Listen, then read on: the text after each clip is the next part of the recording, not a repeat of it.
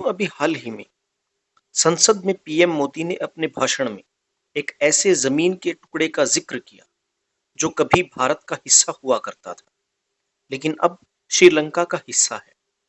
सबसे हैरानी की बात यह है कि इस टापू को श्रीलंका ने ना ही किसी युद्ध में जीता है और ना ही जबरन कब्जाया है, बल्कि इसे लेकर दावा किया जाता है कि साल 1974 में इंदिरा गांधी की सरकार ने इस द्वीप को श्रीलंका को गिफ्ट कर दिया था।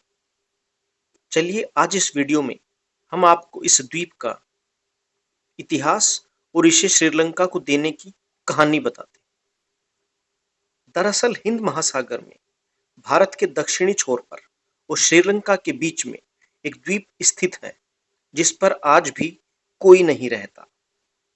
लेकिन भारत और श्रीलंका के बीच ये द्वीप हमेशा से विवाद का कारण रहा है। 285 एकड़ में बसा ये द्वीप 17वीं सदी में मदुरई के राजा रामनद के जमींदारी के अधीन था।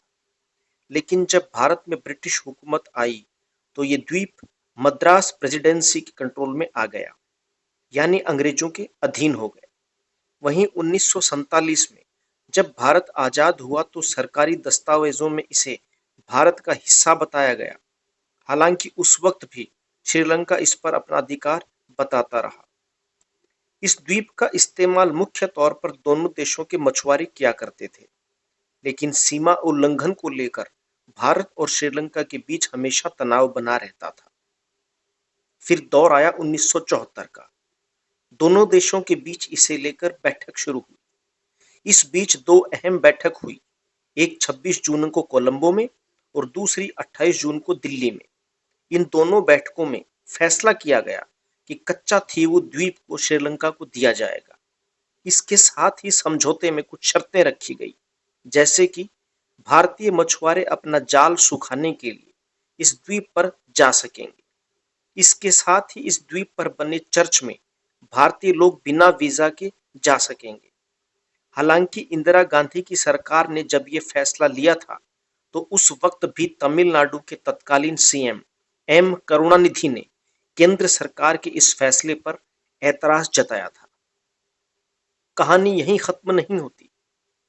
साल 1976 में भारत और श्रीलंका के बीच समुद्री सीमा को लेकर एक और समझौता हुआ। इस समझौते में कहा गया कि भारतीय मछुआरे और मछली पकड़ने वाले जहाज श्रीलंका के एक्सक्लूसिव इकोनॉमिक जोन में नहीं जा सकते। इस समझौते ने कच्चा थीवु द्वीप विवाद को और भड़का दिया। तमिलनाडु का मछुआरा समुदाय इससे काफी ज्यादा खफा था। यही वजह थी कि आपातकाल के बाद 1991 में तमिलनाडु की विधानसभा में एक प्रस्ताव पारित किया गया जिसमें कच्चा थीवु द्वीप को भारत में वापस मिलाने की बात कही गई। इसके काफी समय बाद साल 2008 में एआईएडीएमके की नेता जयललिता ने इस मामले को सुप्रीम कोर्ट के सामने उठाया और तर्क दिया कि भारत सरकार बिना संविधान संशोधन के देश की जमीन किसी दूसरे देश को नहीं दे सकती। साल 2011 में जब वो सीएम बनी तो विधानसभा में इसे लेकर एक प्रस्ताव भी पारित करवाया। वहीं साल 2014 में अटॉर्नी जनरल मुकुल रोहतगी ने इस मामले पर दलील देते हुए सरकार की ओर से कहा था कि कच्चा थीवु द्वीप एक समझौते के तहत श्रीलंका को दिया गया है और अब वो इंटरनेशनल बाउंड्री का हिस्सा है, उसे वापस कैसे ले सकते हैं। अगर आप कच्चा थीवु द्वीप को वापस लेना चाहते हैं तो इसके लिए आपको युद्ध लड़ना पड़ेगा।